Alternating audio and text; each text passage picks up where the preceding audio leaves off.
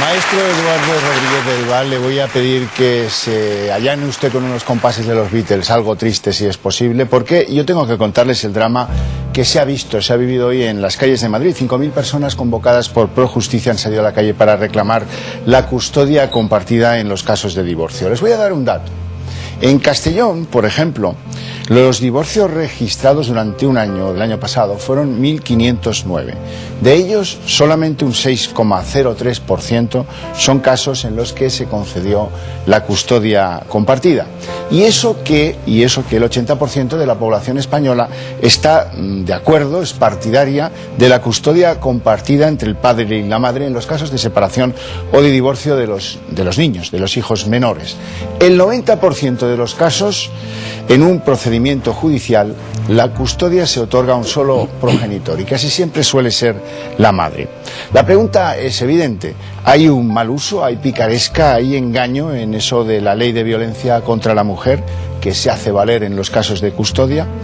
La presentación de una denuncia por malos tratos implica que en cuestión de 3 días el hombre debe abandonar el domicilio familiar, luego abonar una pensión de alimentos para los hijos que quedan con la madre y en muchos casos una orden de alejamiento pesa sobre el padre y esta le va a impedir ver a los menores. Es más, a los niños en estos casos no solo se les priva de la convivencia con el padre, sino de la convivencia con toda la familia del padre. En fin, Elisa del Castillo, vamos a preguntar a la audiencia sobre este tema y empezamos el debate. Pues el primer cubómetro de la noche, la pregunta que les hacemos es si creen que los tribunales favorecen a las madres en los casos de la separación. Si su respuesta es sí, llamen al 905-810-317 y si su respuesta es no, llamen al 905-810-318. Nuestra primera invitada es Guadalupe de la Fuente, que es presidenta de Abuelos Separados de sus Nietos. Una abuela guerrera, si usted me lo permite, joven y guerrera. Sí, porque, bueno, la madre prohibió al padre ver a los niños, pasan 10 meses hasta que el padre puede verlos y bueno, y denuncias falsas contra el padre y todo. Efectivamente, o sea, así fue. ¿Cómo es ese caso? Cuéntenoslo. Bueno, pues mi hijo no se separa porque no se casa, simplemente, bueno, solicita un régimen de visitas. Bueno, disculpe por la voz porque estoy fatal. Y bueno, hasta se hace una demanda para solicitar un régimen de visitas. Los juzgados están súper saturados y se tarda más de 10 meses en dar unas medidas para poder verle. ¿Qué sucede? Que la madre no quiere que el padre vea a la niña, se encona el problema más y la niña empieza a venir a casa normalmente. Yo, ante la vista de que la madre no quería que la niña viniera, contrato unos psicólogos para que estén en casa cuando llega la niña y que vean cómo debemos de interactuar el padre con la niña, nosotros los abuelos, es decir, que la niña sufra lo menos posible. Y así estuvimos como 2 meses, la niña venía encantada, ya tenía la niña 2 años, y a partir de ahí empiezan a sucederse, como la niña cada vez que se iba con su madre, la dejaba a su padre, le decía: adiós papá, te quiero mucho, la madre se empieza a enfadar y pone una denuncia tras otra, todas se archivan, todas se cierran, nada se sostiene y finalmente pues lo que ha logrado es tener 7 condenas y un apercibimiento de un cambio de custodia, claro, por parte de la Fiscalía. Ana Clara Belio es abogada de familia, lleva 20 años pateando los juzgados y cuando digo pateando no estoy haciendo una broma fácil, pateando a veces también supone ver injusticias en este entorno. ¿Cree usted que los juzgados favorecen la posición de las madres descaradamente? Yo entiendo que sí, ahí están las estadísticas. Es cierto que el 90% de las sentencias que se dictan atribuyen la custodia, en este caso en exclusiva, a las madres. Es cierto también que en torno a un 9% se atribuye ya en procedimientos la custodia compartida y el dato relevante es que ese porcentaje es superior, el de custodia compartida, a la custodia que se atribuye al padre. Es decir, en los procedimientos de familia el 3% es para los padres y el 9% de custodia compartida. Por tanto, claramente se está incrementando ese número de custodias compartidas. Y si me permites, dentro de esas custodias compartidas, solo un 1% es en procedimientos contenciosos, siendo el resto normalmente procedimientos de mutuo acuerdo de custodias compartidas. Vamos a ver ahora un vídeo en el que tratamos de aproximarnos acercarnos a este problema para que ustedes tengan más claro cuál es el fiel de la balanza. Alrededor de 50.000 menores sufren divorcios contenciosos. Con el fin de intentar suavizar un ya de por sí complicado divorcio, son muchos los sectores que piden una nueva ley de custodia compartida. En mayo, Aragón hacía historia al ser la primera comunidad autónoma que por ley establecía como preferente la custodia compartida de los hijos. Según ese decreto, esta es la pauta a seguir en el caso de que los padres divorciados no logren alcanzar un acuerdo. Cataluña y la Comunidad Valenciana están trabajando también en ello. De hecho, se espera que a la Comunidad Valenciana lleguen Navidades. Son muchos los padres que advierten de posibles denuncias falsas por parte de sus exmujeres para evitar la custodia compartida. De hecho, para María Sanauja, juez, la ley de violencia sobre la mujer es un fracaso. Las denuncias falsas por maltrato han aumentado de forma considerable en los últimos tiempos en España. Por ejemplo, en la ley de separación y divorcio, para evitar que pueda ser acordada una guarda de custodia compartida, la ley dice que una simple denuncia, que no una sentencia judicial firme, puede ser suficiente para que el juez ya no pueda acordar una guarda de custodia compartida. Y es que cada año se producen en España más de 100.000 rupturas matrimoniales, casi 333 divorcios cada día, y la custodia compartida solo se establece en un mínimo de los casos. Don Francisco Zugasti es el presidente de la asociación que convocaba esta mañana esa manifestación. En su caso, a él le han quitado la patria potestad, acusado falsamente de un delito de violencia de género. Y ahora ve a sus hijos, su hija, por cierto, cumple el lunes 16 años. Sí. Ve a sus hijos a escondidas. Cuéntenos su historia. Lo primero que quiero aclarar es que no somos solo Pro Justicia quienes hemos convocado la manifestación, entre otros, por ejemplo, la Asociación de Abuelos Separados y Nietos y más de 30 asociaciones. Creo que quede claro esto. En mi caso particular, pues he sido víctima de todo tipo de denuncias falsas, salvo de abuso sexual a mis hijos, prácticamente de todo. Pese a que todo ha quedado acreditado que eran denuncias falsas, por ejemplo, yo estoy condenado por amenazas e injurias por telepatía. ¿Cómo? ¿Por amenazas e injurias por telepatía? Luego lo gané. ¿Cómo se hace? No lo sé, yo no lo entiendo. Habrá que preguntárselo a la jueza que me condenó. A pesar de que todo eso se ha demostrado por sustracción de menores y demás, todo eso ha quedado claro. Lo que pasa es que los procedimientos judiciales llevan años. Y después de 2-3 años, cuando consigo demostrar judicialmente que todo eso era falso, si es que hacía falta demostrarlo, solicito una modificación de medidas de que se me restituyan a los niños y todavía estoy esperando. Y por eso me veo en la tesitura de tener que ir a ver a mis hijos a escondidas. Por cierto, estoy condenado por ir a ver a mis hijos al recreo, es violencia de género, según sentencia judicial. Tremendo caso. Maite Mijancos, que me acompaña a mi izquierda, es directora del Instituto Europeo de Estudios de la Educación. ¿Cómo influyen en los niños las separaciones? Pues muchísimo, influye para siempre, incluso en varias generaciones, porque sufren, porque hay desamor, porque se vuelven muy sensibles, agresivos, piensan que la vida es injusta, que porque les ha tocado a ellos, que porque son diferentes. Desde luego, en las clases, cuando hay algún niño que ha sufrir, porque es la palabra que hay que emplear, este suceso en su vida, pues necesita ayuda, una ayuda especial. Yo estaba pensando en lo que estaban comentando mis contertulios y me acordaba de los niños que son las víctimas, que son los por lo que hay que luchar.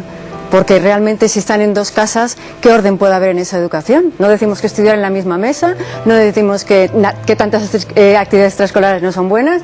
Entonces, dos casas, yo creo que eso habría que estudiarlo mucho.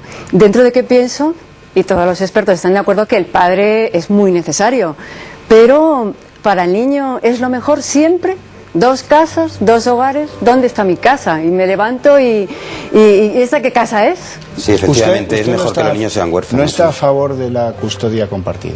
Yo no estoy a favor de un posicionamiento estricto, porque había que estudiar cada caso y no me parece desde el punto de vista educativo que hay que decir que tienen que ser los dos, porque esto para el niño puede ser un desarraigo, un desorden y mayor sufrimiento. Don Francisco Rodríguez es presidente de la Asociación Padres y Madres en Acción. Está divorciado desde hace 11 años, tiene una niña de 13, la patria potestad es compartida y la custodia la tiene la madre.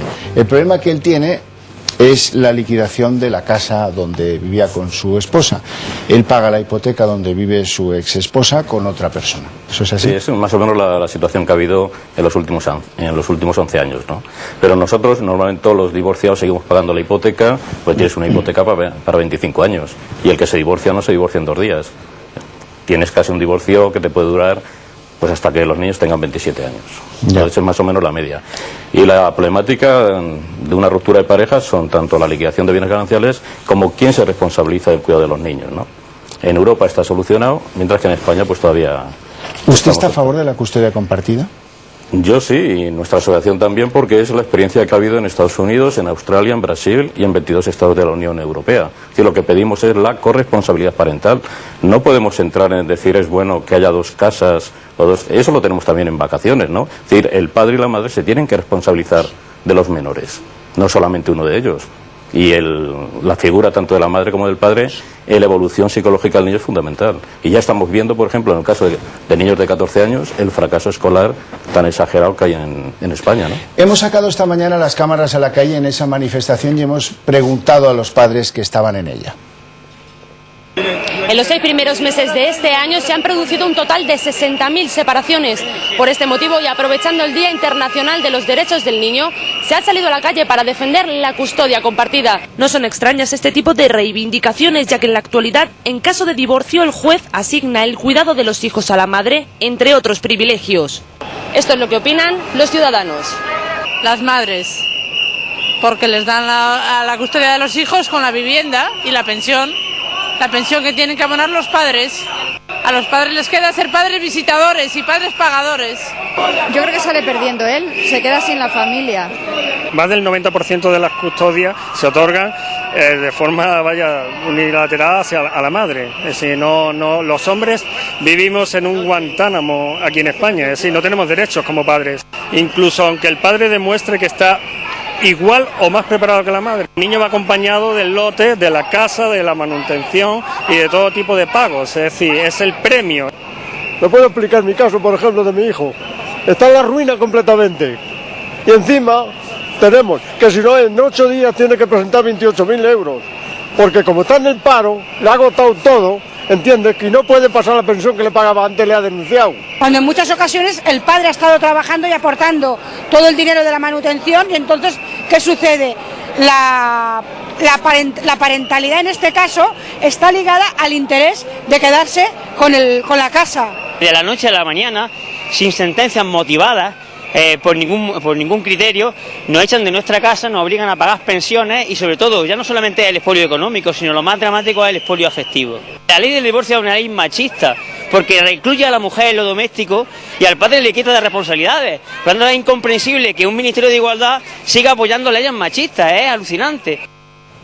Bueno, les sigo presentando a nuestros invitados esta noche. Doña Consuelo Abril, que es abogada de familia, ha presidido incluso la Comisión para la Investigación de los Malos Tratos a Mujeres durante 14 años, si no tengo la cuenta mal sacada. Muy bien sacada. Y yo le quiero hacer una pregunta a usted, que además es profesora de la Universidad Carlos III. ¿Hay casos de abuso de esas denuncias por violencia de género para recibir la custodia de los hijos? Bueno, yo la verdad es que me remito a un informe que hay del Consejo del Poder Judicial, que habla de una forma muy clara y muy estadística que denuncias falsas prácticamente no existen. Yo no estoy de acuerdo que haya denuncias falsas. Lo que sí que es cierto es que en las separaciones se plantean muchos problemas. Creo que los hijos evidentemente tienen que estar tanto con el padre como con la madre. A mí me parece eso esencial. Pero hemos visto en los últimos tiempos muchos casos de personas que nos han denunciado a los medios de comunicación, que hay abogados que aconsejan a sus clientes: denuncie usted una violencia de género, yo desde luego la vida. Mi experiencia no es esa, ni muchísimo menos, porque entrar en un procedimiento de una denuncia falsa me parece que es una auténtica barbaridad y no creo que ningún profesional bueno lo haga. Lo que sí que es cierto es la guardia y custodia podía ser compartida, depende del caso, hay que intentar que sea por encima de todo un mutuo acuerdo, intentar que siempre haya acuerdo entre las partes, eso es esencial. Y también habría una cosa que me parece esencial, es por ejemplo el uso del domicilio familiar. ¿Por qué se tiene que dar el uso del domicilio familiar hasta que los hijos tengan independencia económica?